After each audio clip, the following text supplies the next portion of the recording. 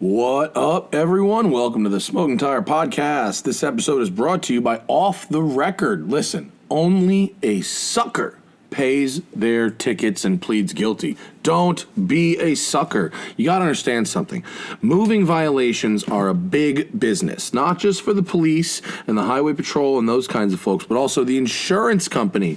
And a ticket that you receive, plead guilty, and pay can very often multiply several times over in insurance premiums, dude. It's a problem, and it's a problem I have personally dealt with because remember all those bull run videos I did where I got all those tickets and how funny that was? Yeah, my insurance premiums went up for a decade. That's how that system works.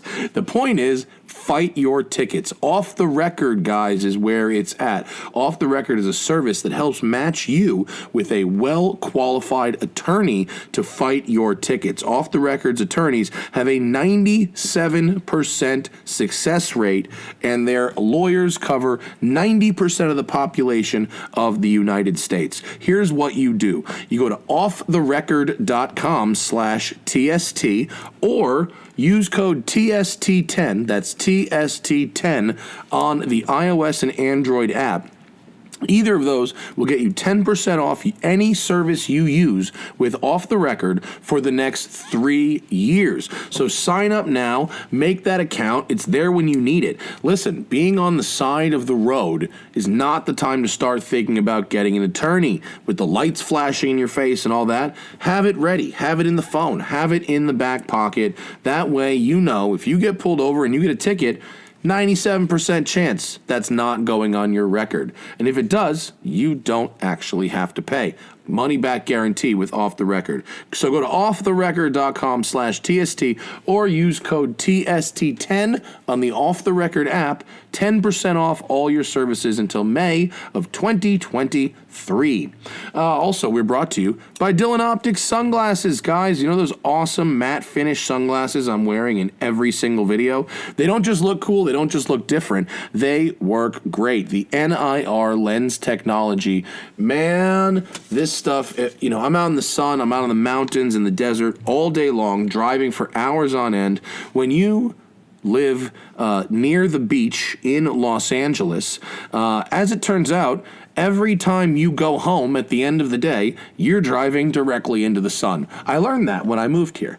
It's inconvenient a little bit, but the Dylan Optics sunglasses really save my eyes for long days in the sun. And they look cool. They got metal frames, plastic frames. They have prescription available. So go to thesmokingtire.com and click on that Partners tab. You'll see the Dylan Optics banner right next to Off the Records, actually. And if you use that Dylan link on our website, we will send you a free Smoking Tire t-shirt with every purchase of Dylan Optics sunglasses for supporting the people who support us.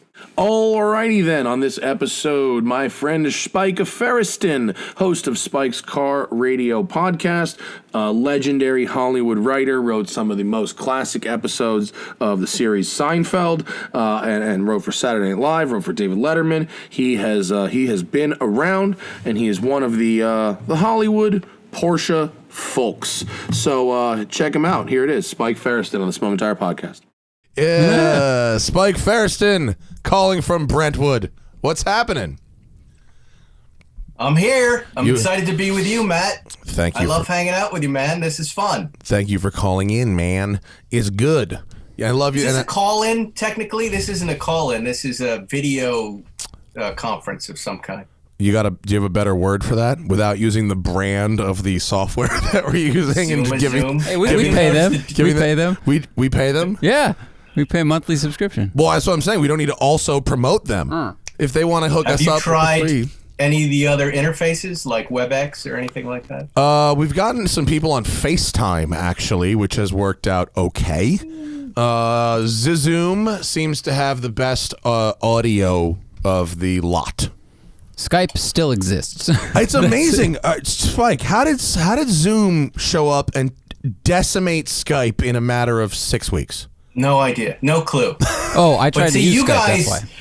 you fixed the audio for me because you just made me put in the little ear cleaner thingies, and I always have that echo. I've been trying to figure out what's wrong with my Zoom podcast, and this is it. The answer is headphones. That's as much as I know. Yeah, Just headphones needed are very those on my important. guess. Yeah, totally. That's the problem. The one of the coolest things about being able to do Zoom, and the situation forcing us to use this technology, is being able to go global. We've had guests calling in from London. We've had guests, call in from the convenience of their own homes and whatever. And also partial guests. We can have a guest do a half a show, which is great. You can't really do that in person. But the downside is you're sort of dependent on the equipment of the person at the other end and their internet connection, which is tough. Yeah, and you're also depending on the audience wanting to stick with this kind of shoestring type of entertainment. Right, I was just reading that the television shows that are on right now, all of these late night hosts shooting in their garage, the ratings are starting to die as people realize I don't really need to watch them that badly. TV industry? Are you keeping up with any late night programs that are filming at home right now?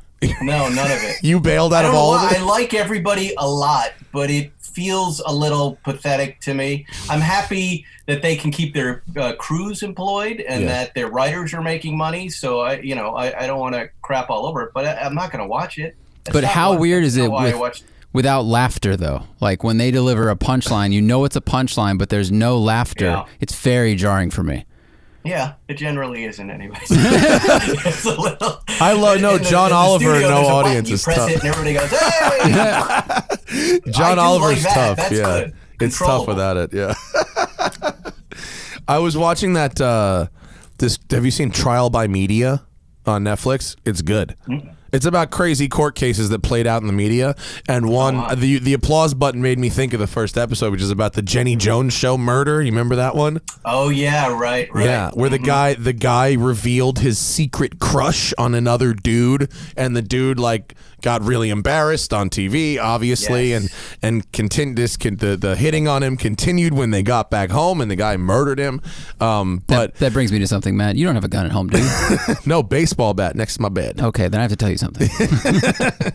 But that's very Warriors, Matt. But next to the but Jenny Jones said some really creepy shit about. She's like, say what you'd want to do to this guy, and she starts talking about whipped cream and stuff, and then the guy hits the applause button, and the audience is like, yeah. It was fucking wild shit, and it ends in a murder. Yeah. This is having a production company. This is our biggest nightmare that something like that happens. This is what we fear. And it's really what we're fearing with the pandemic and COVID. That's it's that times however big your staff is. Yeah. Someone's going to come to work while you're making a show and die. It's awful. Or be like Matt Damon gets stranded in Ireland. Yeah. I mean, I think, if I'm flash forwarding to just TV and film production, I think that's the level that's going to be the hardest. Even when you get your guilds, you get your union deals done and everything else, then you got to get Matt Damon to show up, right? No, do you think studio audiences are kind of screwed for a while, huh? Oh, that's easy. No, that's simple. That's the unemployed and Marines and some of the homeless folks that just want to make $100 for sitting in seats and applauding when you press the button. That part's easy. Fair. All right. The star. Yeah. Come on down. Hang out with Spike Feresten on this crowded set. And that's the part I don't see happening. It seems like based on this past weekend that people are itching to get out and drive their cars around LA, though. Bill's was popping off 2 days in a row. Yeah, it's crazy. To use a phrase or a word you use a lot, it's mobbing. People are mobbing. Yeah. They're everywhere. But Sundays has turned into a fast and furious, I don't even know, maybe you know who this crowd is, because they're not the usual crowd of guys. Half of them seem like the criminal car guys. Yeah, I don't know. They zoom the ones who are doing 100 miles an hour in the parking lot. That crowd. I have seen more people. I've seen more people going fast in the parking lot. I really have. Right. Actually. What is that? I don't know. I think the exotic rentals are open again because an M8 yesterday was barging down Ocean Ave at like 60 miles an hour. And I was like, how does this 22-year-old have an M8 right now? I'm like, oh, okay. Yeah. Yeah, the Turo crew, which there was all kind of okay. There's all kind of crazy shit up there on Sunday. Yeah. What I think is, the car shows have all stopped. The parking lot for once is pretty empty, and people congregate and come and have a cup of coffee. All I'm saying is just maybe not huddle together, all 20 of you together, and hug each other just yet. Yeah, because all the retail is still closed. It's sort of got people actually kind of can spread out in the lot. Yeah. Yeah, but you don't want to be Mustang guy leaving. That's it. Just think about Mustang guy crashing into a tree in front of everyone. Don't be that guy. Yeah. Please be kind and don't ruin this one for us. We really like it there. Yes. My he's not my brother-in-law. He's like he's the brother. He's the husband of my brother-in-law's wife. Doesn't matter. But he owns a place called Bluey's in Santa Monica. Sort of an Australian-themed coffee shop and small restaurant. But it's like over by the airport, and they've got their own lot of like 50 cars. And so I was thinking about maybe trying to have some sort of highly selected, socially distant car gathering there.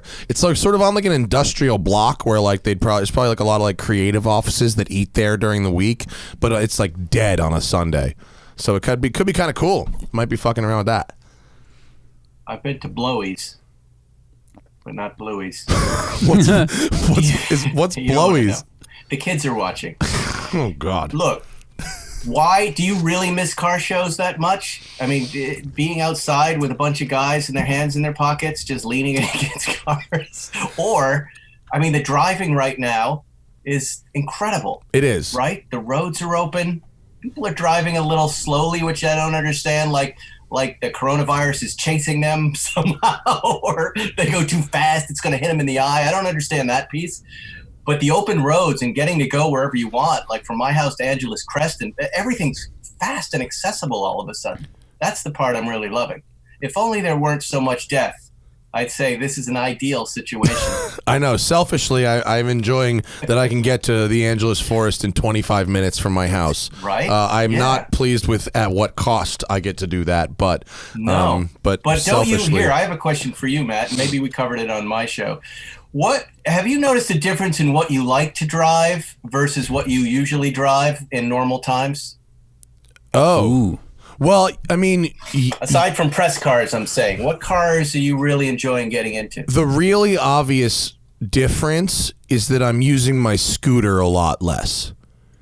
And I love my scooter. I love my Vespa, but I think fundamentally the fact that there's like not really traffic, like I'm really only using that as a traffic beating tool, and I think I've realized that I prefer to be in a car most times if the traffic isn't an issue. So I've been in cars more than I've been on my bike. I've only been on my bike maybe like once every 2 weeks for the last 8 weeks.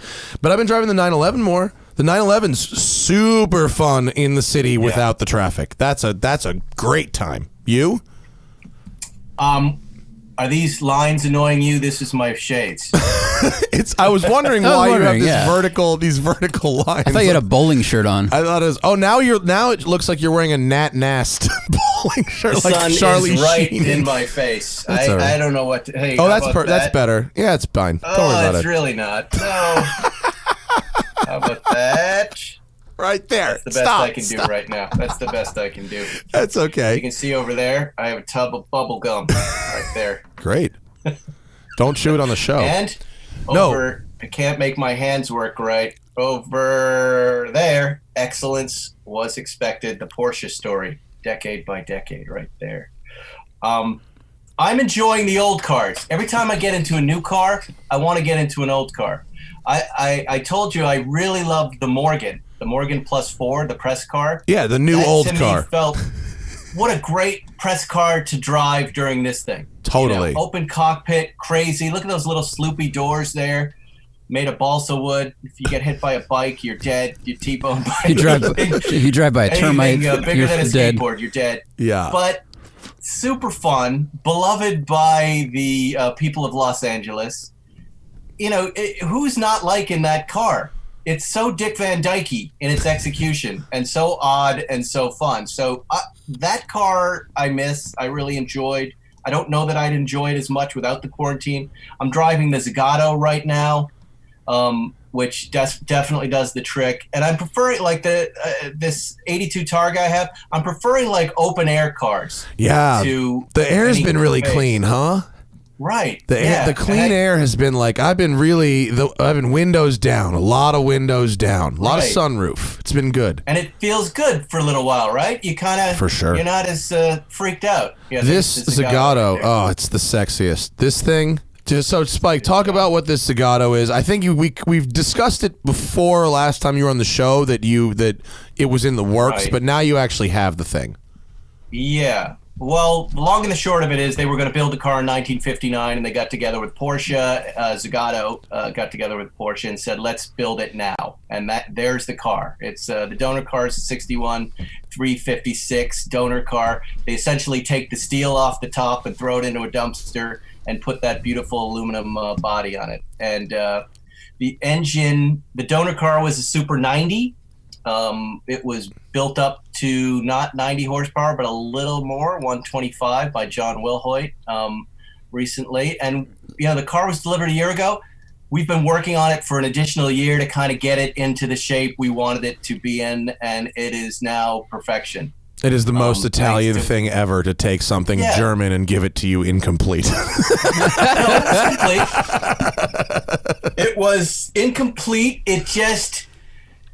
like any project, Zuckerman and I looked at the project and said, this is good. We can make it really great now. It's beautiful to look at, but mechanically it's not where we want it to be. And we thought if we kind of put the time and money and the energy into this, that, later on, maybe years down the line, someone will recognize that. And it's worth it. And it is. Like, you get in this car now, it is so light. I compared it to driving a potato chip. So it's 125 horsepower. You feel like you're in a Diet Coke can. That's how thin and light everything feels. Oops. And it just hums. It sets off car alarms. It is an incredible car that wheel drive next to, Jerry's 4Cams. The 550s, maybe his Abarth Carrera GTL. And, at 1/6 the price of one of those cars. It's really an incredible thing. Yet it has the reliability of an early 60s 356. But the sound is very similar. It's really a great thing. I have never rebuilt a 356 engine or had one rebuilt. Is the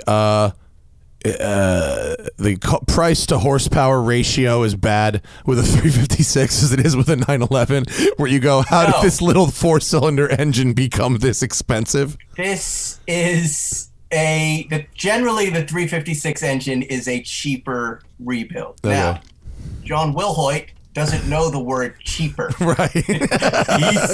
But he is the guy. He's considered in our group, and I think in Porsche circles, as the maestro. He's one of those guys who delivers a car and you get it and everything's right.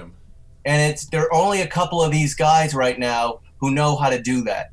Like where you get in and so many cars. Have you ever gotten a car that comes back from the mechanic and the horn doesn't work? Yeah. The light, and this does not happen with this guy. He puts these cars together, he makes them right, he keeps them until they're working up to his standards, and then he delivers them. And he knocked this one out of the park. He crushed it. Well, the good news is Spike's been saying for fucking 2.5 months, there's no way you're going to fit in the car. Zuckerman can't really fit in the car. I didn't think You're not going to fit in the car. And I pretty much was like, okay, it looks tiny. Yeah, I'm not going to fit in the car. But then I go over to the garage, and guess what? Your boy fits in the car. And not only how tall are you, Matt? I'm 6'3". I fit in the car. So I took my shoes off though, so I get an extra 1.5 inches, on the bottom of my feet without shoes.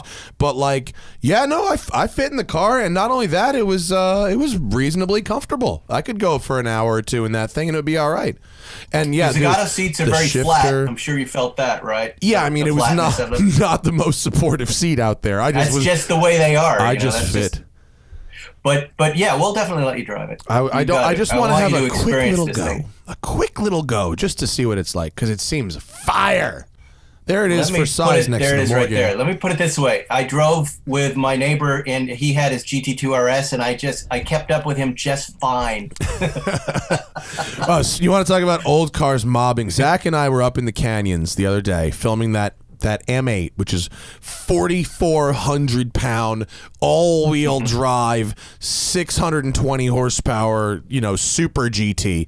We've got the video, and we came upon this dude in a 308, mobbing on a level I have not seen someone mobbing an old 308. It was extremely impressive, and we thought he might sail the thing off a cliff at a couple different periods, but man, did he wheel that thing. Did you say he was doing donuts? He was also doing donuts. We came over this crest, and I see tire smoke, and I'm like, whoa. I'm like, oh, Ferrari's doing donuts. And then the orange McLaren takes off down the road. He takes off after it. We follow behind him, and then he was chasing McLaren, and we were chasing him. But he had just been doing donuts in a 308 and then just ripped it up the hill. He was trying to keep Zach, up with you were on it, right? Yeah. Zach was flying. I was driving quick. I was not I didn't know the car. I'd been in the car for 8 minutes, and I didn't know the road as well. But this dude, we were not going slow. No, Zach was going fast. Slow. Zach was going fast. He was. Yeah, we had the you know that when you have a big heavy car and you're really pushing some really wide tires, we had that going on. Mm-hmm. Yeah.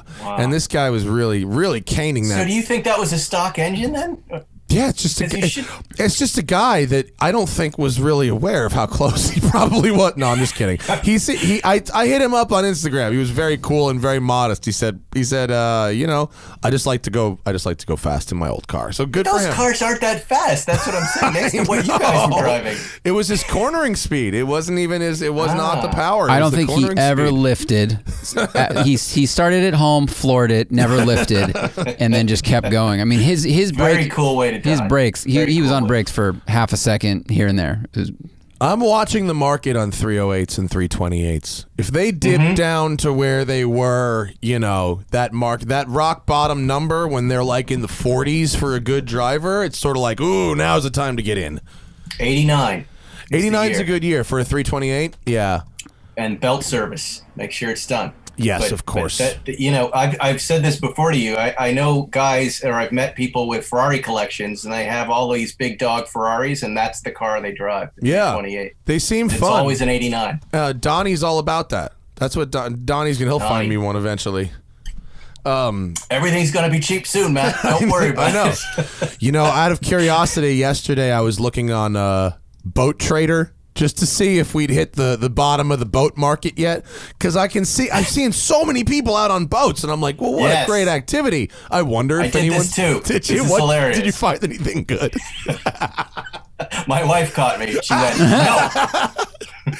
I found that there's really a sweet spot in the $40,000 to $60,000 range for sailboats. Wow. You can get something nice in the mid-30s that you could pretty much do whole weeks on. It was pretty...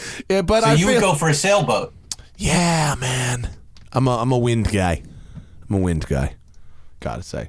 How's the Ferrari market looking, Zach? Not low enough? 89, 328 GTS, 109,000. This is on Hemming. Nope. Squeeze that. That's a nope. 87, 86, 88. Yeah. 89s are always a little more, but they should be in the five figures for sure. Ooh, 200 for that one. There's 200? Very few for sale. Yeah. Wow. There's only 700 miles on it. Oh. But you can, Matt, you look at these numbers, and the simple math you have to do, you just divide by 2, and then you have what it's worth, then divide by 2 again, and that's what the guy's going to take right now. Oh my God. It's, I feel like, and maybe I'm wrong, because I talked to, Steve Serio, who works at Aston Martin, New England. Yes, and he was on our show. Great. Yeah, he said, I spoke with him yesterday. He said a lot of these guys are home. They got nothing to do. They're sitting on big bank accounts, and they're buying cars because driving is one of the few things you can do. So it is possible that things are just going to be fine. However, it's also possible that if the car market were like kind of a twin prop plane up in the air, 30,000 feet up, and then they ran out of gas, they would still glide for a little while. But then it goes, yeah. And crashes and burns. We had Randy Nonnenberg from Bring a Trailer on the show last week, and he pretty much said, I mean, he's a very modest and chill guy, but he did everything short of brag about how much money they were making right now. Wow, that's great. He basically said that they were just cranking them out. He's like, people are buying, he's like, you'd be shocked how many people have enough money to just sit at home and play fucking auction buying cars. He said things are moving. Yeah, but it's not even that. It's like, we used to have to wait for Monterey Car Week or January in Scottsdale. And now, I mean, the genius of Bring a Trailer, I have no official affiliation. Oh, I didn't even notice that you got the hat on. Yeah, good for you. As you have some money or suddenly your dad dies and leaves you some money, on a Thursday, you can buy a car. You don't have to wait. That's the genius of that site. And then when they upped the stock to be cars that we all... the collectors really like too. Now you've got stuff at every price point. I mean, how do you compete with that if you're Gooding or you're RM Sotheby's? How do you compete with this? That's very tough. Very tough. I see they got a GTC 4 up on their premium site. You had one of those. Yeah. I'll bet you it's down from what I paid. By about $100K. I don't know. What's it at? What's that red one at, Zach? It's at 150, and it's got 17 hours left. Yeah, that's down for one of those. That's probably might be a good buy at that price, huh, Spike? It won't go for that. You think they're up around 250, 275 right now. I don't know anything about this car. I'm kind of looking at it as you're scrolling up. Wow, that's nice. Yeah, real clean. Yeah, red over cream. Nice. What else is that? 7,000 miles. The most it was 72. Yes. The most expensive car that you could buy in 1972. Production car was that car. Was it? What was the MSRP? Yeah. About 27,500, I think. That's a lot. Yeah, price. Yeah. No, that's a shitload for 1972. Yeah. No, I know. They're cool. They're really cool cars. If you have like two kids to throw in the back, it's it's a family grand tour. I liked it. How often? It's got 6 twin carbs. So how long would they stay like tuned, and then how often would you have to get that little tweak? Okay. My experience with Ferraris is the following. You buy it and immediately you write a check for $35,000 to a guy named like Donnie Calloway to do that work. No matter what the seller tells you, you're going to be sending that Ferrari in for $35,000 worth of engine work. However, once you do that additional work after buying the perfect car, oh my God, they tend to last for a while. They tend to do okay. And that's only happened to me on 2 cars, but I think I've only owned 2 Ferraris. You can't, it's a number I hear a lot from guys who buy vintage Ferraris. It's very funny. That after you buy it, the perfect car, it's another $35,000, and then it works great for 3 to 5 years, just general maintenance. That's cool. I think that means let's just apply that to my red car. Let's assume it's similar, except I made the seller do that crazy thing before I got it. So that means I should have 2 to 4 years left of just good party time with that thing. Yeah. My experience with my Dino, which I owned for 12 years, was once I did the engine, it worked great for all 12 years. I just did oil changes and basic maintenance on it. So basically, you can't trust. Right. You can't trust what anyone has ever done or told you about before. So I took Donnie Calloway with me to look at a car. And I won't say whose car it was, but I will say that it was a 355 I was interested in buying. And Donnie, the car from 3 feet away, 4 feet away, this car looked magnificent. I mean, this was a perfect car by all accounts. It was low miles, the right color, 6-speed, Berlinetta, everything. Current tires, service records for 15 years, the whole deal, right? Within about 3.5 minutes, Donnie finds almost $20,000 worth of shit this car needs. That's it. And so I take that into account, and I make what I think is a reasonable offer considering what Donnie has pointed out. My offer was declined, respectfully, and the car sold for the asking price like a week later to somebody else. Yes. And that's how it goes. And that's how it goes. We have Bring a Trailer. We need Bring a Mechanic. to bring a trailer. Oh, That's shit. what we need next. Somebody to vet these cars. Because it's one of those weird internet things. Like when eBay Motors first came out, we all knew, like, just be really careful. You're not driving this car. You're not seeing it in person. You're most likely going to get screwed. And I remember thinking, okay, at least we all agree that we're not going to buy cars from eBay Motors. But now it's even worse than it's ever been. More people pull the trigger on more stuff that they haven't driven or they haven't seen. That's what Frank Meekin was saying is really funny. When people buy the old trucks, like they'll buy Broncos and stuff because they're just they love them, and they'll drive it like away from the auction and then come back and like, this drives like shit. They're like, hey man, you didn't know that? That's my Land Rover Series 2A. That's how I got that car. Rich guy down in Laguna Beach, Newport Beach. His wife goes, I want that old blue Land Rover. There it is. She goes, I'm going to buy it for you, honey, and sells it for $18,000. Barrett jacks it. She gets in it. She goes, sell this piece of shit. Oh, my God. He deals it to somebody in Sherman Oaks. They're like, oh, my God, this piece of shit. And I go, that's exactly what I want. And I paid $6,000 for it. No way. Oh, that's fantastic. Yeah. Are you serious? That's a great buy. Yeah, then I put the money into making it right, making it safe. And there it is. And I love it because I know how it drives. It drives like a tractor. Wow. I like that. What did you have to do to it after you got it? A lot, an awful lot. The interior parts are really easy to kind of buy and kind of just plug in from British catalogs. We had to work on the suspension. We had to, the engine worked. It's got 95,000 original miles on it. It was a lot of tweaking, like those wheel hubs there, the locking wheel hubs we installed. All major components, as I recall, were fine. It was really the chassis. It was putting in new chassis pieces and new suspension pieces that had rusted out. Wow. Seat belts. I installed the new steering wheel. I did a lot of the little interior work myself, which was easy, making the heat work. It's really been fun. And then the last thing we did to it not long ago is we took all the tires off it and put those little thin off-road tires on it, which are correct for the car, but also just make it easier to steer. And that little tire up on top is an even smaller tire that allows you to kind of look forward. If you put the regular tire on it, you're just looking at a tire as you're driving it, which is quite dangerous. So this this fella in Venice, this old guy who used to work on the car who just retired, he said this is the little trick that he's learned about these old Land Rovers. Get a really thin tire for the hood, and it looks right. You can use it as a spare, but you'll also be able to see. Yeah, that's a good idea. Yeah. Do you have any? Is there any downside to driving on them skinny little tires in the street? I suppose not, right? The thing's slow anyway. No, the only thing I'm wrestling with, and I wrestle every year, there are two things. One is converting it to a canvas top so, you can have that kind of summery Land Rover experience.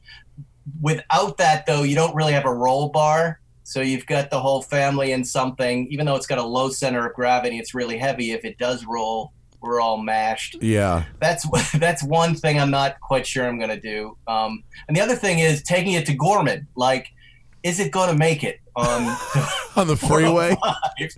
Right?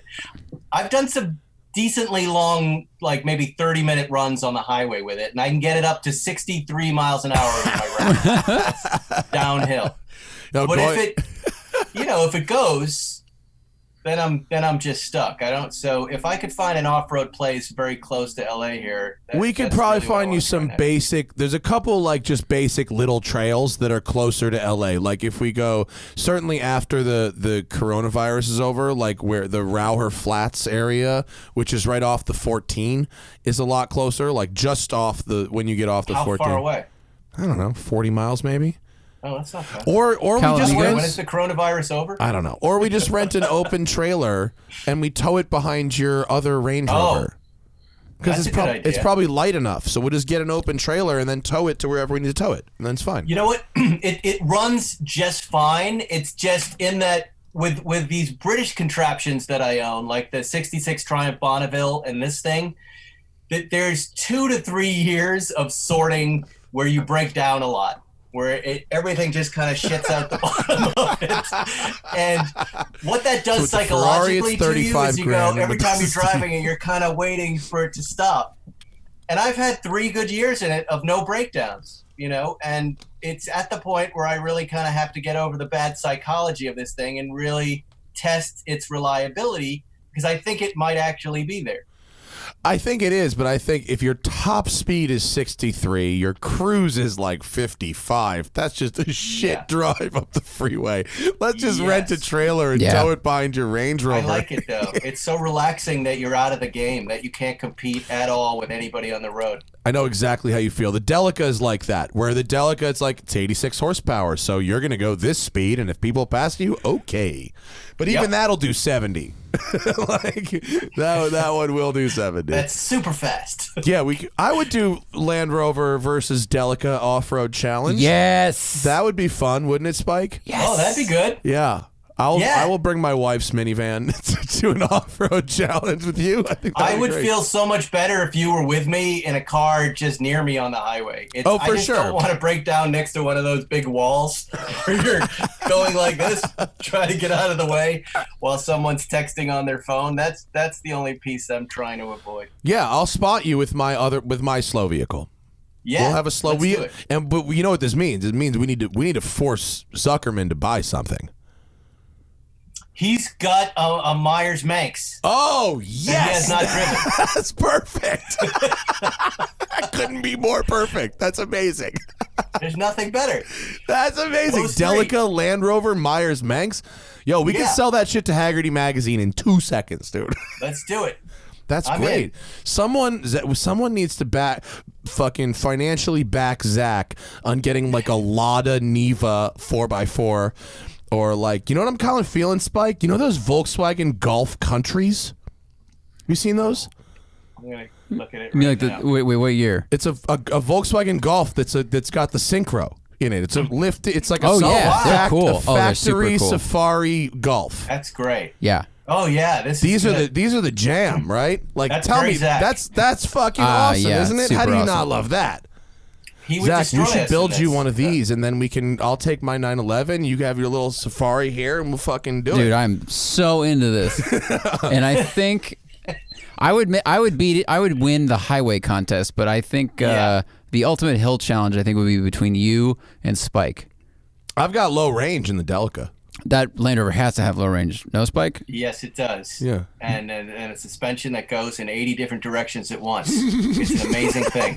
But I think Water test. Spike, how similar is the Series 2 Land Rover's suspension to the Morgan Plus 4 suspension? They are. There are lots. Well, you know, it has the inner door handles. They are the same inner door handles, which I found very strange. That the new Morgan has the inner door handle from a 1971 and earlier 60 series Land Rover.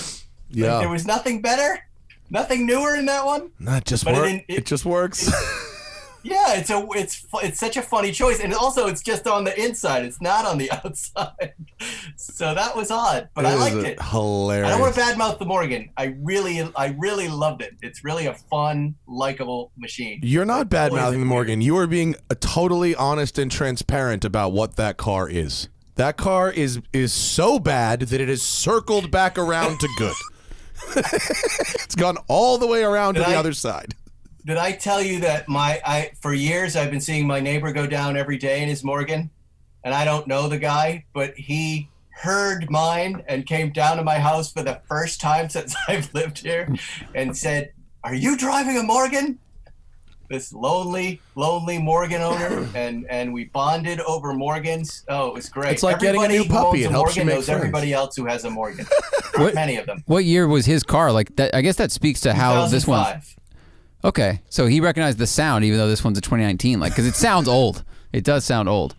He could probably smell it because just nobody else is driving Morgans in LA. Is that ash I smell? Fresh cut ash? I like this car. I really like the car. Oh, it's so charming. I miss it. Well, And you looked good in it, Matt. You had your wife with you, and you had your cap on. Wait, not as good as Zach. Did you see how Zach looked in it? Zach and his girl did like some proper like period correct dress. We went motoring. I took even her for more a ride. so than you and I. They did like proper costumes and everything. I mean, it helps. Well, It helps that his lady is quite attractive. That really rounds out the entire thing. That offsets me. Oh, Zach there you go. Zach basically is a thin me in this picture. I have True. the same outfit. We have this, yeah. Everyone's like, "Oh, you put on a costume." I was like, "I put on a hat." I wear this shirt often, but yeah, but Sarah looks quite nice. Sarah looks good, and the flapper thing. she had like the full outfit going on. It looked really good. Yeah, once you It's do fun. the scarf around the hair, that really does it. Yeah, that's what the car makes you want to do. It makes you want to go have fun, joke around, speak in weird voices. It's just like it's a silly thing, and everyone likes it. Yeah, you got to Everybody break likes out it. your mid-Atlantic Everybody accents. likes it. Everybody likes But I it. think it's old. I think you got to be old and grizzled. See, I was talking to the guys, and I was saying, because we have this theory that when you see an old man with a captain's hat, that guy is going to die in the next couple of weeks. He's kind of preparing to sail on into the because you only see really old guys with captain hats, like Captain and Tennille. Now, I think before that, there's this earlier stage where you buy a Morgan. Then you get the captain's hat, and then you die. I think it's strictly an old guy thing. In between that period, does your beard get to about 18 inches long? Yeah, you stop giving a fuck about anything. You drink a lot, you eat a lot. Captain's hat, goodbye. If I make it to 75, heroin. Just we're gonna do it. Seems fun. What are we talking about? I'm just saying, if you get there. All evidence points to people enjoy it. Yeah, I think I'd say. there's a lot of downsides. Do you think when you get a prescription for like Zantac 75, they give you the Morgan? Is that the age range? Like, here you go, sir. You're gonna need these two things. No, I think it's a craving. It's 10 years ago, I would have not even taken the press car. I would have said, no, I don't want to be seen in that thing. Now, I'm like, I don't know. I think pretty attractive Yeah. contraption. I kind of like it. And I kind of know Dick Van Dyke, and it all kind of works. And I don't know if this is the New England in me or what, but it was an immediate yes when I saw you in it, Matt. I said, I want to be Matt Farah in a Morgan right now. I was so happy as me in that car. I'm really looking forward so much to the new generation of that car, and I've spoken to the Morgan folks a bunch. They thought my video was hilarious. They love that, like, all of us are just talking about this thing, of course. So the new car is what? Aluminum chassis? The new car is going to look wishbone? just like the old car, basically, but aluminum chassis, bonded aluminum, and double wishbone suspension, front and rear.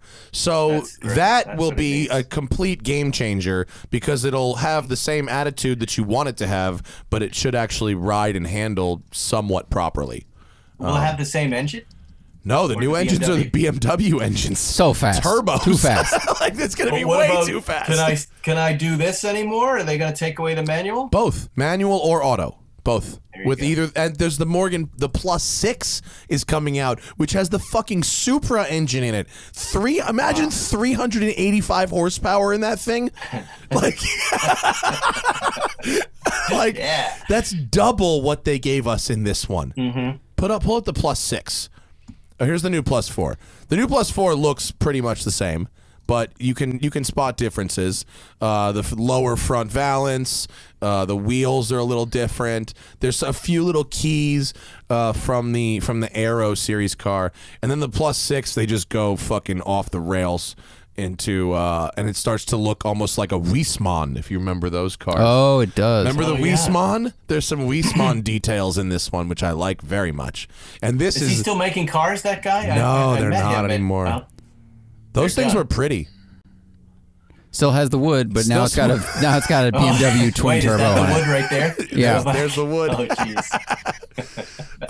Yeah, the wood is there. But look, the new seats look great in there. Seats and look good. The steering wheel is shared with a Lotus Evora. It's the Lotus Evora steering wheel, and I can see a BMW shifter We like there. the new horn, the new centerpiece for the steering wheel. We didn't like that piece of steel that was in the Plus 4 in the press car. That was an optional steering wheel. Yeah, it didn't look right. I They agree fixed with it. you. But that's a great looking silhouette right there. They raked it a little bit, did, made it a little yeah. aggro, and they cut some gills in the side pontoon. I like everything about that. They even made the We've doors lost like our even minds. lower. The door Which cutouts are you even needed. lower. That's what you needed. You needed no steering wheel and lower doors. Man, Yes. it'll be great for going straight and just laughing and being afraid. But but I think it'll lose some of the kind of the putt-putt charm that the other engine had. But that's why you can choose whichever one you want. We need Jen Horsey to convince them to do a factory Formula Drift entry. Yeah. Right? Imagine some you go. Englishman Never. shows up in a fucking tartan, like a tartan fire suit, just fucking full angle on a Morgan. It's like tuned to 800 horsepower. Try not to crash Right. it. This is the press car. We got to give it back up to the end of the season. Bin it. Right? Yeah. Like they don't have that. Isn't the West Coast office here? It's like it's like a house. Yeah, with it's a some shed. cars out It's front. properly a shed. Yeah, That's the dealership. They don't have a West Coast office. yeah. That's but Morgan West. But it's a where they very sell them. charming. That's a regional dealership. It's not even just L.A. That's like the whole West Coast in that shed. Yeah, it's good. I like They're it good. there. What's on the horizon for you, Spike? Well, I have to take a moment to thank a fan of mine and yours who I forgot to thank on my podcast this morning. So I'm going to thank him here. From the Boston University class of 2020, can you imagine graduating Matt Farah right now? Graduating high school or graduating college. Everything is worked up to this, and you don't get that big graduation ceremony. Well, Jake Pressman. Obama virtually. Jake Pressman, your mom sent me a message on Instagram. She didn't send me any dirty pictures, though. I would have given you a big shout out had she done that. And I'm here to wish you a congratulations for graduating Boston University. I used to live near Boston University. It's a cool school. He's a car fan. He likes you too, Matt Farah. He just got, I think his mom said they bought him a Tesla for graduating. Jesus Christ. I know. Well, I have some good news because Jake Pressman's mom also contacted us, and she did send nudes. Zach, pull it up. No, I'm just kidding. Let's see them. Double thank you. No, she was very nice. And what a mom. Holy You're a shit, a great mom Tesla as a for doing graduation present. What was, Spike, when you were in high school, were there rich kids that drove rich kid cars? No, but there were kids like my friend Scotty Warmington, whose dad was a cop. They built a Chevy Nova hot rod. Like, that was the cool car in my hometown. Okay. Like, it was jacked like this. Talk about a rake. And it, with the engine scoop coming out the front, we thought that was the greatest thing we had ever seen. And we were all driving, $400 Ford Gran Torinos, Torino 500s, Mercury Montegos, crap like that. Datsun B210s was a big deal. My friend Jimmy Connolly had one of those.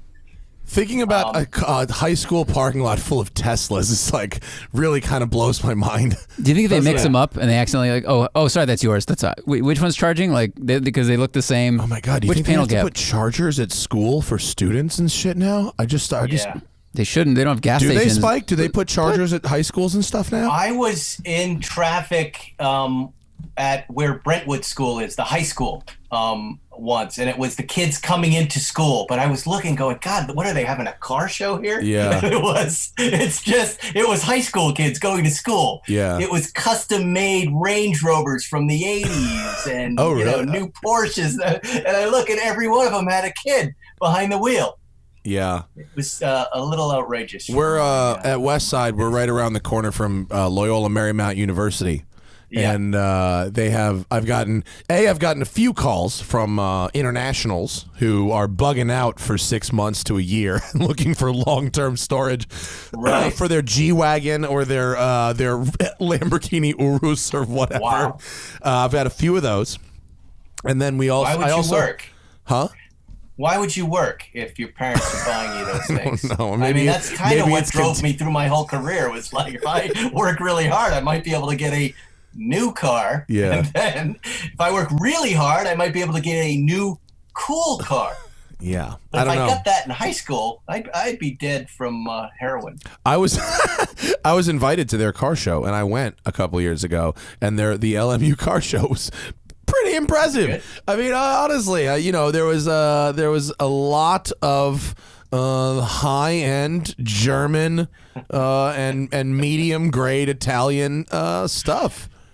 And it was really, what's great about it is, like you could also see this play out in Justin Bieber's life. It doesn't really matter how much money someone has. How they modify their car is determined by their age and only their age. And so, you see a kid with a Bentley, and he's done the kind of shit to it that a kid with a Civic would have done, the same sort of thing. There's like fake extraneous badging, and sort of like ill-fitting stereo equipment and stuff like that. But it's a Bentley. It's really strange. Wow. Yeah. Worth seeing, though. Strange. I do recommend visiting that show. Oh, shit. We got a lot of questions from folks.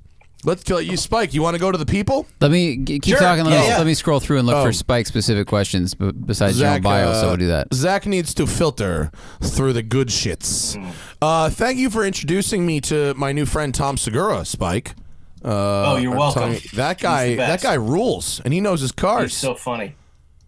He is driving a McLaren GT press car this week. And he is. I set him up, and he is has never been to the Angeles Forest before. What? So God, he didn't know about it. He doesn't know. It turns out that there's people in the city who like cars and don't know about the Angeles Forest. So we're going to give him a tour. That's great. Should be good fun. If you'd like to join, bring an old car. Yeah, I'm in. Let me know. It'll be cool. And I also just got the shout out from the Gunther Werks guys. I get to drive their the production car. I drove the red car, which was sort of their mule, and now they've got this green car, which is the production one. And apparently, it's just fucking bananas. I mean, it's supposedly just insane how like just light and raw and responsive it is. Did you ever drive the red one, Spike? I was supposed to, and then I lost contact with the gentleman. Okay. As frequently happens. I'm sure it's my fault. I'm sure it's my fault, but I'd love to drive it. You would really appreciate it. Dynamically, it's extraordinary because you can see. Is this picture pulled up, Zach? The picture you've got on the screen here. It's really wow. It's got a hot rod Roth Sport motor in it, and it's a full carbon body and et cetera, et cetera. But it's really all about that widened front end. Because it's not that they've put some crazy wide RWB front tire in there. They completely re-engineer the front suspension to move the whole thing out. And so it has just ridiculous levels of front grip. It's like the kind of front grip like you'd expect from like a 991, turbo. You know what I mean? In a 993 chassis car. That geometry change is wild. What kind of engine? What's going on in the engine? It is and I don't want to fuck this up. I believe it's it's Roth Sport. It's a Roth Sport motor. Oh yeah, Zach, pull up the tab so we can see. It's a Roth Sport motor. I think it's a 4-liter. It might be a 4.1. It's 435 horsepower, air cooled. It's probably a $250,000 engine. It's a crazy engine. What am I trying to look at? Their engine? That exactly. We've got 4.0, 400 horsepower. What's it weigh? I think it weighs 26. Go down. Zach, what do we see a curb weight? I just booked this today, guys. I'm sorry for not looking through it ahead. I'll get the curb weight later if we can't find it immediately. Carbon. It's like 26, I think. It's light as fuck. It's crazy. It doesn't have weight, but it's got to be light. I love the blue. Yeah, that bare carbon with that blue highlight car. really works. I brought that car to Luftgegelt, and it was fucking good. Yeah, that's great. Yeah. What a beautiful thing. I'll take bare carbon, please, with that blue. Yep. Look at that rear view. That's very, very nice. This thing sounds the fucking business, true. So I'm driving that, very exciting. And we traded the M8 in for this X3M, which is an X3 with an M3 engine in it, which is interesting. So far, I've only had it for one day. So far, early thoughts. Suspension is really, really stiff. It's the Focus RS of crossovers, but holy shit, does it have a hot rod motor in it? That M3 motor, I forgot how much power that makes. That's a powerful engine. Would you want to run that on one lap? Because you did the X5M? No, I'd beat the shit out of me. I'd run a Macan Turbo. I'd run a Macan Turbo on one lap. That's my move.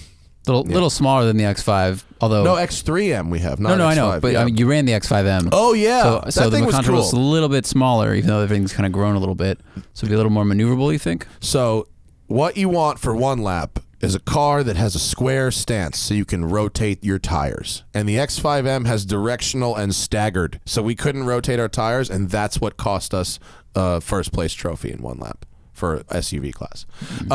Let's go to the people. What do we have? All right, we have a question for Spike, and then a bunch of Porsche stuff and some other stuff. Spike, first question: have you done any project cars? And if not, do you have any dreams or plans to modify something like? Well, I would guess the Zagato is a project car. Yeah.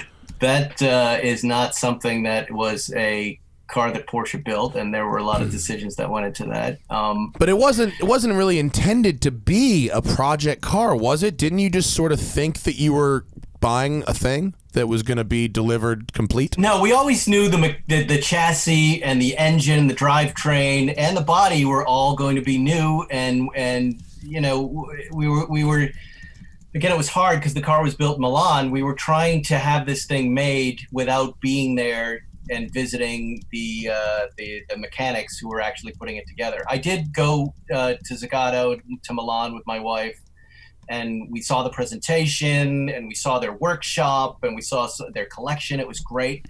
But after that, I wasn't able to interface with the guys who were building the cars. So that, you know, it's become, when a car was delivered, now we're managing the mechanical side. We managed the exterior in Italy, and now with John Wilhoit, the mechanical side. And, you know, just got it delivered a couple weeks ago. The car is amazing. So that I consider our first big project car. I've always wanted to do something with Rod Emery. I'm a big fan of Rod, and I'd love to build another kind of 356 open cockpit racer. That would be pretty damn cool. And then maybe something like this, you know, that Gunther car looks great. Yeah, that's basically a turnkey car, and they are expensive, but they are. That seems like the thing that you would be into. I think I would probably do something like a 74 IROC replica car, you know, built to my specs that felt like a mid 70s RSR. Yeah, I'd be into that. Wouldn't care if it was real or not, if I could make it as accurate as possible. Mm-hmm. That's cool. Ray Lee asks, our 997.2 GTS is so much better than a well-optioned 997.2 C2S that it's worth dealing with center-locked wheels, since most of the GTS come with them. He's asking me? He's asking both of y'all. You first, Spike. GTS What are my choices? A 997 GT2. No, GTS over Carrera S. Is it worth it because the gentleman sees the center lock wheels that come with most of the available examples as a downside because they're annoying on a regular road car? Snap judgment, no. I'm not a fan of the GTS. I tracked it once. I couldn't get it to move around. It felt like neither 911 nor GT car, and it seems like, for me, that car's always been a cop-out for guys that don't want to buy a GT3. So I would stick with a regular Carrera. Yeah. I'm kind of with you. I think the GTS is nice, but I think the delta right now between a GTS and a GT3 is not that big, and you could probably get the rest of the way if you really want it. Right, it's worthwhile. But they always get... It's the wing that puts everybody off. Yeah. GT3, which is the best part. Yeah, it looks awesome. I'm pro and wing. It functions. Yes. All right. Jim Gentil asks, has anyone tracked down the last production 993? He's saying not Project Gold. He can't find any information where the last one went. This guy asked me this question too. That's not the Project Gold car that came after, right? That was built from parts later. Wait, Jerry has the last 993, right? I don't know. That would make sense. Does he? He's got one of the first 911s, if not the first 911. You know what? He has the last 911. He does have the last blue one. Car. The blue one. Yeah, you're right. That is the last 993. Not only that, I've driven it. It's a C4S. Yes, you are right, Spike. Jerry does own the last 993. I all of a sudden remembered that too. Those It two is very cars, funny that you didn't remember that until right now. Well, he has a lot of cars. I know. It gets blurry. But that car is beautiful. That's it's Mexico blue. It's a C4S, and it's, you know, I think it's probably got a couple 100 miles on it right now. So when you drive it, it's like a brand new car. It's an incredible car. Wow. Zach Trump just got done watching The Last Dance. She said it was excellent. He was drooling over Michael Jordan's 993 Turbo S. Does anyone know where that car went? So I got that question too. Oh, all right. Yeah, this is a different person. I don't have an answer for you. I don't have an exact answer, but there was a thread on Renlist that someone linked me to earlier in the day when someone tweeted this at me, and I didn't look too deep into it, but somebody on Renlist claimed that they owned it recently. So it exists. I'm sure it exists somewhere. I do enjoy seeing. Do you watch The Last Dance, Spike? I'm enjoying seeing Jordan's car choices. They're fun. I want to, but I remember we joke a lot about Scottie Pippen's car choices. If you Google Scottie Pippen Porsche, we always talk about how those are cars that you can't resell after Scottie Pippen had it. That there were a lot of, especially for some reason, professional sports players, NBA players, they build houses that really are a testament to themselves and their careers. But when you go to resell it, you know, who's buying that? Because it's so done for you, you know, with the Scottie Pippen door sills and everything else. I don't know about the Michael Jordan cars. I don't know what his taste was in cars, but so in The Last Dance, they show him with a couple interesting cars. They show him with 2 or 3 different Corvettes. A late C4 ZR1, then an early C5 when it first comes out. They show him with a Ferrari Testarossa. They show him with a Ferrari 550. They show him with a red. Does he customize these cars? No, they didn't really seem it. They seemed fairly factory. That might be. That might have some Callaway wheels on it, maybe on that one. Right. But and they had. I was surprised that he was so into the vanity plates. They all had vanity plates. What do they say? I need to watch this show. The one on the red Range Rover said TWO space TRE. To Trey. That's great. And the one on the 993 just said Air, just AIR. I don't remember the other ones, but he had some pretty cool. I was surprised he was as into Corvettes as he was, but they're good for tall people. So I get very that. comfortable. These look like pretty normal cars. These do not look like NBA player cars. The ones that I'm watching. He wasn't like super into the customizing. I've seen some other. It wasn't like Spreewell. You know, Spreewell really he started going overboard with. But that was also like different generation. Yeah. Matt, would you imagine that just because Michael Jordan owned a car that would add value to it? I don't know that. I think it would add he's some. One of those guys. I think it would add some if it was the right car, and I think the fact that it's featured in the documentary would help for sure. You know, seeing him pull up to practice on video in that 993 Turbo S, I think would add some value to it. Yeah, I do. It's not like movie Le Mans and not Paul Walker money. S. Yeah, no, not Paul Walker money, not Steve McQueen money. But I think there's a. What premium. about Mike Tyson? Do you think he adds value to a car? Maybe. Does he add value to a Tiger? Is it like white on white 89 TR from when he was the champ? That's funny, Zach. Yes. If you have a Mike Tyson Tiger, that's definitely worth more money. Tigers are kind of cheap after Tiger King. Did you see? They're only like $2,000. Yeah. You got a Tiger. I get that. I relate to that. If I had known that, I'd get some Tigers. Why not? Savannah cats are more expensive than tigers. Wasn't the whole thing with tigers like people buy them as a cub and then they get too big and then they're like, I can't have this anymore because I have people. That's the story with all wild animals. They're cute and then they kill. Alligators, monkeys, it's all the same. When my dad was a kid, his father, my grandfather, went to Mexico on some trip and came back from Mexico to New Jersey on an aircraft with 2 baby alligators and brought them into the home and had them in a fucking bathtub in a bathroom. And apparently my grandmother, the story goes, they lived for about a week and my grandmother put the wrong temperature water in the bathtub and killed them. Yeah, that was the story. But my grandpa straight up brought fucking alligators into their home. What year was this? late 60s, mid to late Wow, 60s. so he just put him in the suitcase. Then nobody checks. There's no X-ray. That wouldn't set up an X-ray. That's amazing. No, my grandfather did some weird shit, man. He was fucking Tyson. nuts. By the way, Tyson. I'm looking at some Tyson cars. He's got quite good taste in cars. He's got Bugatti Veyron, Ferrari F50. Oh, that's recent. Tyson was Is that a Lagonda? Tyson was a patron of Willie Koenig back in the day. He had a Koenig Testarossa, I think, that was converted into a Spider. He had some crazy. He had some of those like Strosik Porsches and the Gimbala stuff. Tyson was real into the 80s Super Euro Diablo, Lamborghini. the Euro tuners. Super Diablo. XJ220 Jaguar. Wow. In a nice color of silver. That's a nice car. This list. And then the Aston Martin Lagonda. Anyone who has His an Aston coolest Martin choice. Lagonda is good with me. Anyone. Yeah. I take that back. All right. I love Aston. Me and Bo Bachman did 20 minutes on Aston Martin Lagondas 2 weeks ago. We're such did. fucking nerds.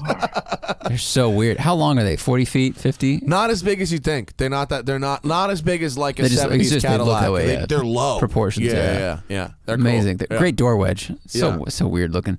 Pooperson has a Porsche question. He's shopping for his first 911. He's looking at a 997.2 C2 or C2S coupe. It's in LA. He's going to daily it and prefers a manual because he likes analog and doesn't want a $15,000 PDK Is there failure. a question in here? He knows Yes. what he wants. Buy it. Should he settle for a 09 C2S PDK for $45,000 with a warranty from CarMax, or should he spend the same money on a manual transmission one with no warranty? Predicting the future, Matt Farah. Look into your crystal ball. Yeah. Will he have car trouble on this car we cannot look at? What do you want me to say? Right. What is driving stick worth a warranty to you? I don't fucking know. There's a lot of these cars.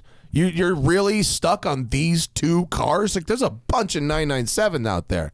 You got to be willing to get on a plane and get one from somewhere else. If you're willing to get on a plane, which is wasn't an expensive ticket. I don't know what's going on now, but like that can save you Vinny tons got of money. from Detroit, from Houston to Detroit for $17 on Spirit. Okay, well there you go. Really? Yeah, Wow. yeah, I really did. No, He flew. I would say expand your search, sir. Don't. Yeah, think everything's for sale right now, and it's usually buy the latest model with the lowest mileage you can afford, and try to just get a 911 experience. Nothing wrong with a warranty. I can't vouch for the CarMax warranty. Yeah. Doug DeMuro, I think he's done that a few times, right? Doug abused the warranty to the point where they changed it. They didn't change the policies, but they made it more With the Land expensive. Rover. Yeah, they made it more expensive. He blew that shit up for everybody. He should have really told his friends about that deal before fucking That's it awesome. up. Doug will be on the podcast May 29th. Doug is going to be our last show in this studio before we move. He's great. He is This great. with the cars. All right. Anthony Lacano says, how old does a mint condition average car have to be cool? Like, is the car cool, or is just the Ooh, fact that it's good mint question. condition cool? Well, the cycle, right? The cycle of cool, brand new cool, and then enthusiast cool, and then uncool, and then ironic cool, and then back to cool again. So right when it gets to ironic cool, that's like, holy shit, I haven't seen a clean one of those in years. Right then. Spike? Ford Granada. That is a perfect Ford Granada. There's someone up the street from me that has 2 mint condition 89 Toyota Corollas in white. Wow. Like, they bought them new and they drive 6 miles a week to church or whatever. Like, I want to leave notes on these people's doors for sure. Yeah. None left like it. I like old people cars that they bought new in the 60s or 50s and they still have them. And they're just sitting outside. They're perfect and they're driven like that. I would buy a Ford Granada because that's what my dad had growing up. Well, they're out there. We Don't called let it the us stop ashtray. He smoked in it and he never emptied the ashtray. So there was just ashes and cigarettes and holes in the suede seats. What year was it? It would have to be 79. I really, there, right? anytime I picture a Ford Granada, it's full of cigarette butts. I think they were issued that way from the factory. People were full of cigarettes back then. he drove around in this thing, and it all over. Yeah, he had that red velour. That's what it was, a red velour interior. No, it wasn't that guy. Oh, gotcha. Did he? Older. Did he smoke with the windows closed? That's the fucking grossest. Of course. Oh, it's that so silver gross. guy right there that you just have up That's there. That gross. guy. There he is. Yeah. Real. I paid for the cigarettes. I'm not giving a smoke away to everybody else. Real I gross. thought it was so classy. I was like, this is the classiest thing I've ever seen. Just recycle. The personal luxury coupe. Wow. You just had to push, and I'm not joking, you had to push the cigarette butts and ash out of the passenger seat. Oh, down. God. And if you complained, you got yelled at. It was not good. That's pretty gross. Pretty gross. Trevor Moore is shopping for Macans. Is 70 to 75 grand the sweet spot for Macan? Like, do you option up an S or do you get a low option GTS? Well, if you're going brand new, they have a different engine now. The GTS gets the 2.9 twin turbo V6 that's a version of the turbo, and the S has the 3-liter V6 that's the version of the older engine. So you can't just turn an S into a GTS anymore like you could before. So how important is that extra power to you? Because the rest of the car is going to be pretty much the same. You know what I mean? That's the real question. Is that engine super, super special? Like, no, it's a pretty nice engine, but I don't know. I would say for daily driver duty, get the S and customize it to your heart's content, because the extra power is not that significant in a car like that. And you can still get a Cobb or VF Engineering tune on the S and get a little out of it. Cool. We had a guy said he's an air traffic controller, and Michael Jordan also had a custom tail number on his jet, which was N23-6MJ. So his player number is 23. He had 6 NBA championships. That is very gangster of MJ. Rad. Ralph Lauren has a custom tail number on his Gulfstream 6, and it is, I think it is N722RRL or something like that.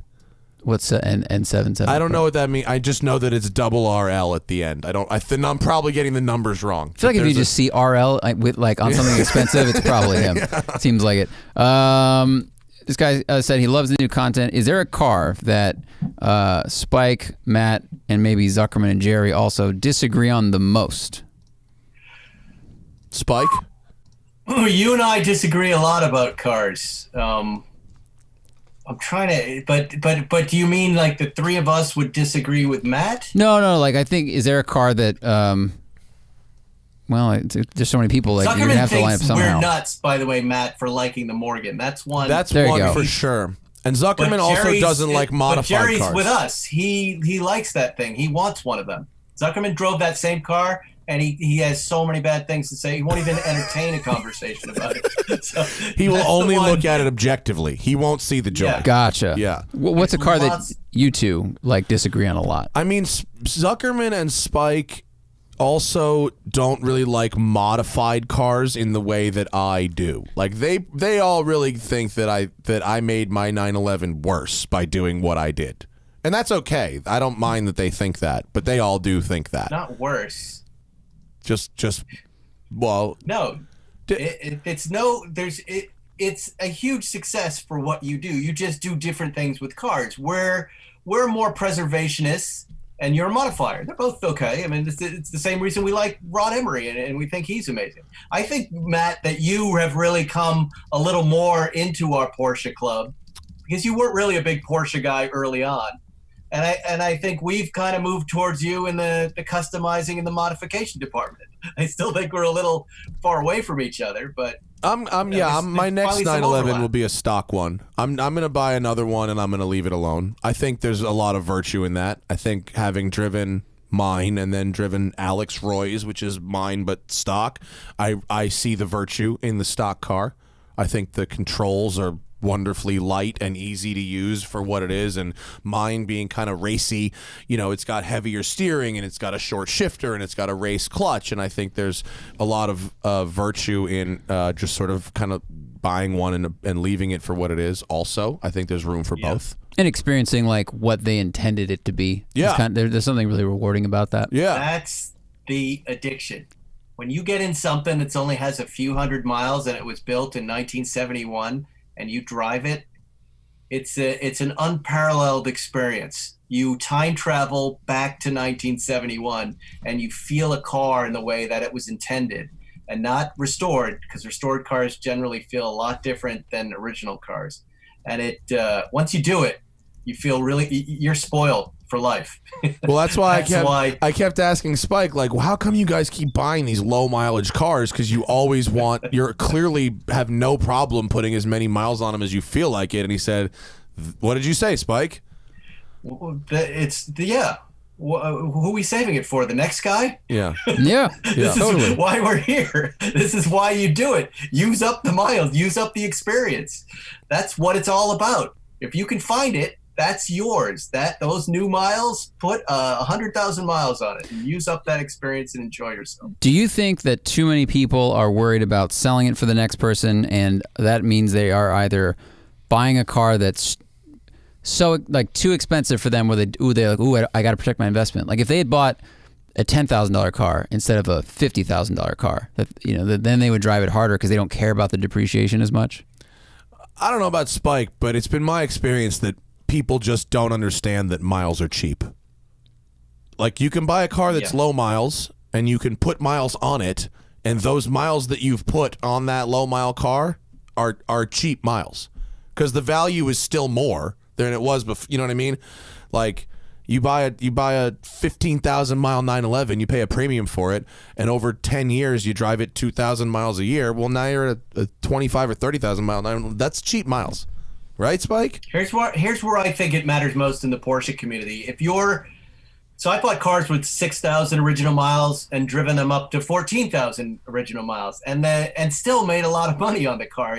I experienced it for 10 years and drove it a lot, and it still had value. The cars that I think you're driving value out of more are, and I passed on a car because I had one, but I was offered a silver black Bashak Polak, originally sold there, 7911S, just perfection, that had 742 miles on it. I can remember.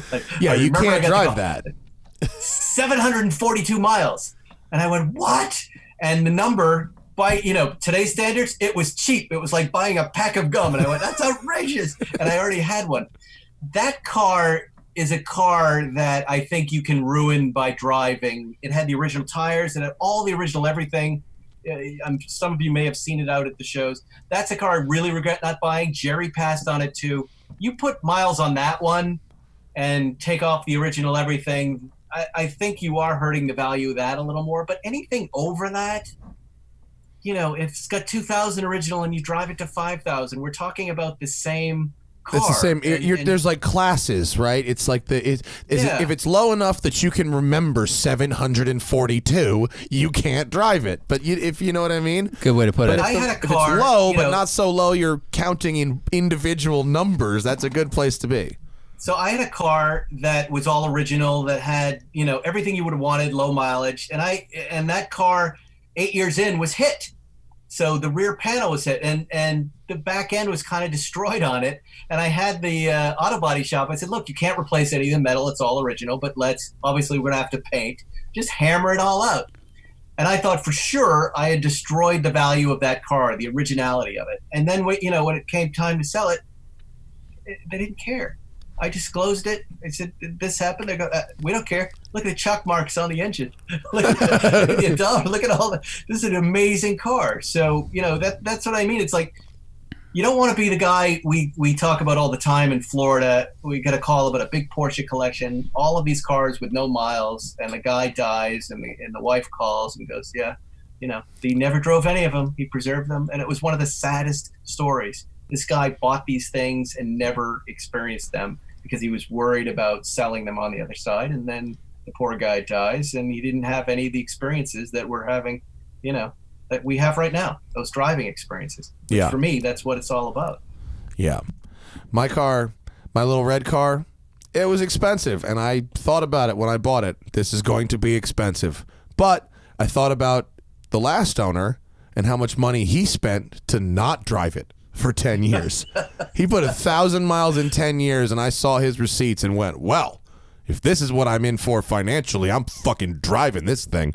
And Harry Metcalf said, drive it, because the more you drive it, the less it's going to break. And he was totally right. Wow. 100% right.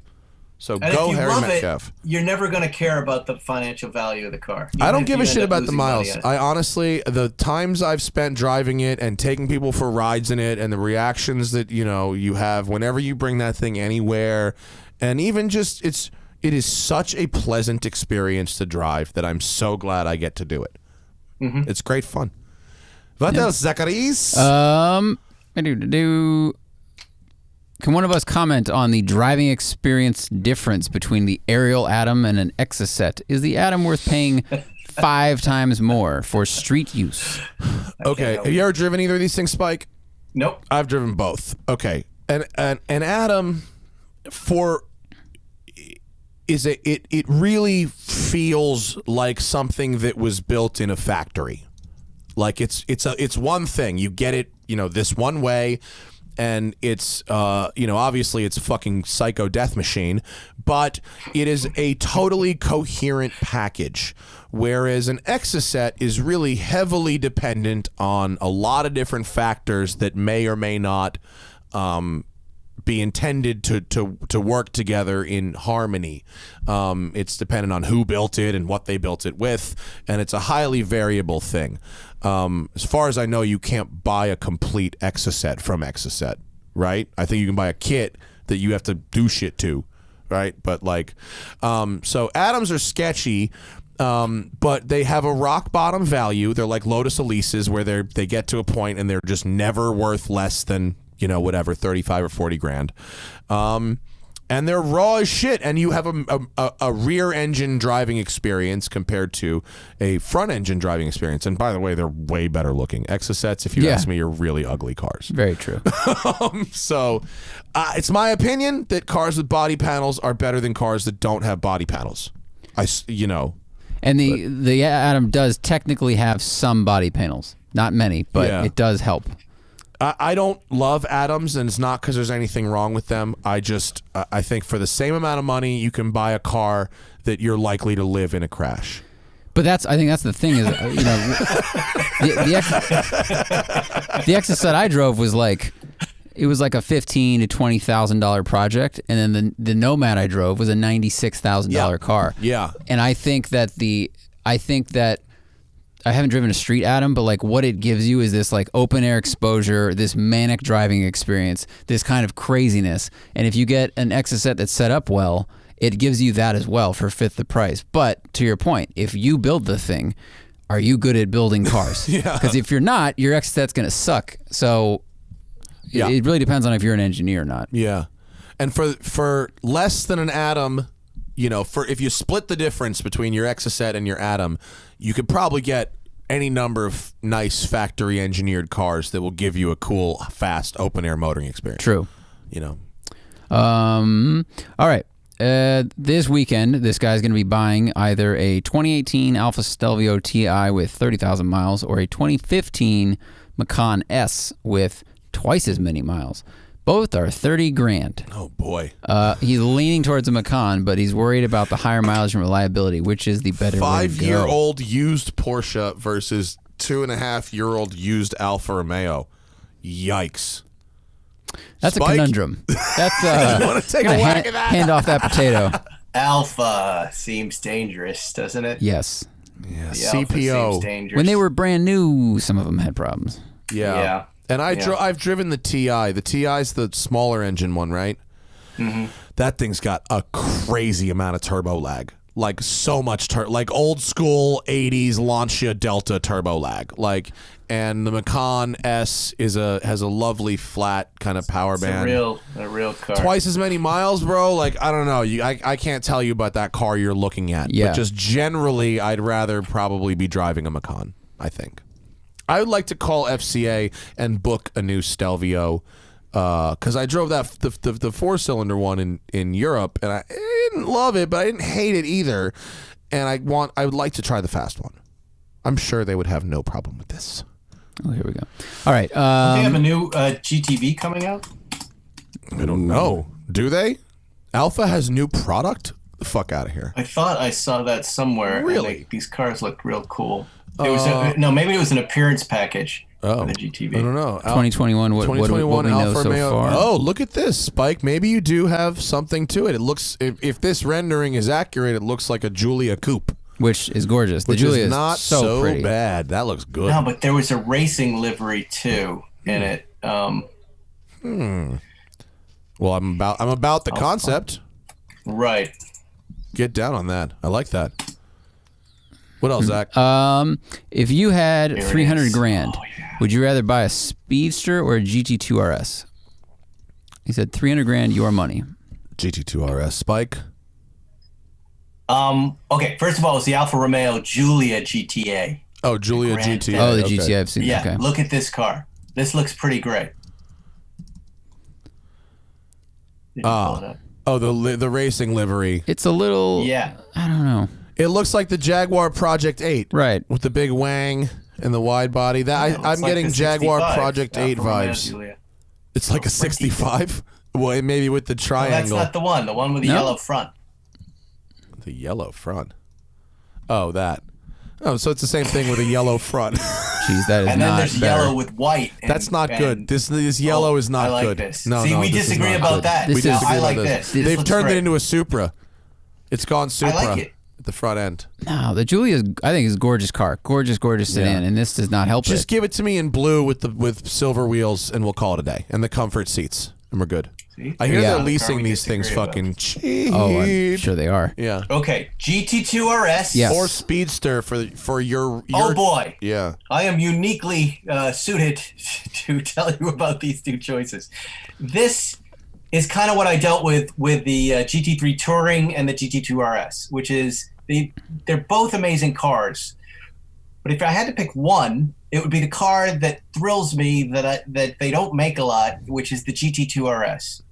That car is one of the greatest things. And maybe this is the car that you and I disagree about, Matt. I think this is one of the greatest feats of engineering. Someone told me, and I don't know if this is true, that Andreas Pruniger said, never sell that car because we'll never be able to make anything like this again. I don't understand how people are getting rid of them right now. I don't get it. This car is thrilling and fun and beautiful. The Speedster, an amazing thing to look at, manual gearbox. No, it's not a coupe, so obviously you have a connection to the exhaust. Great balance and a beautiful thing. However, it feels like it arrived a little late, and we're ready for the 992.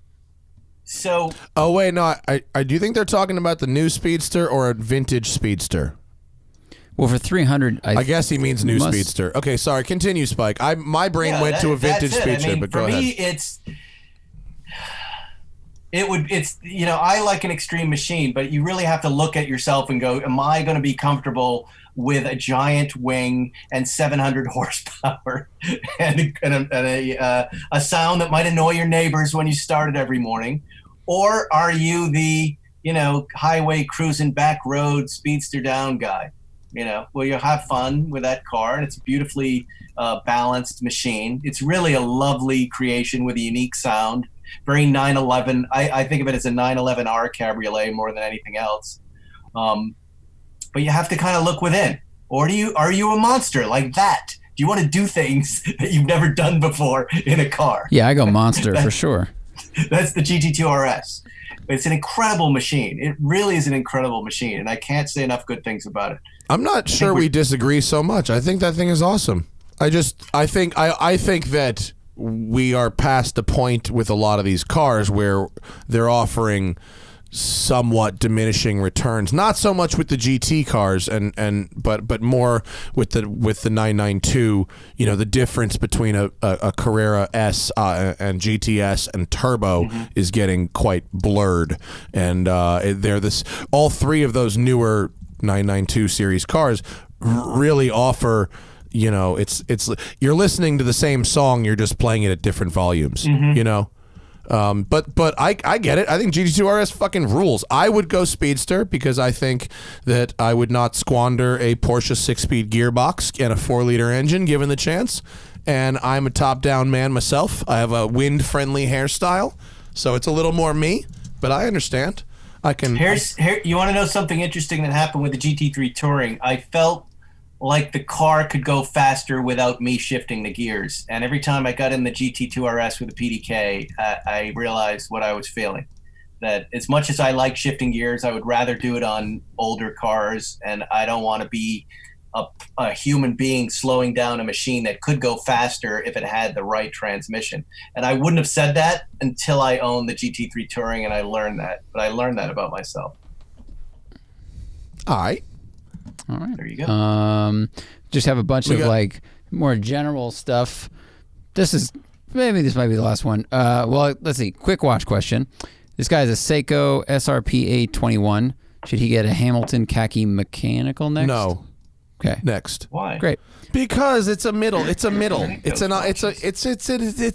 it's not a bump up from a nice Seiko.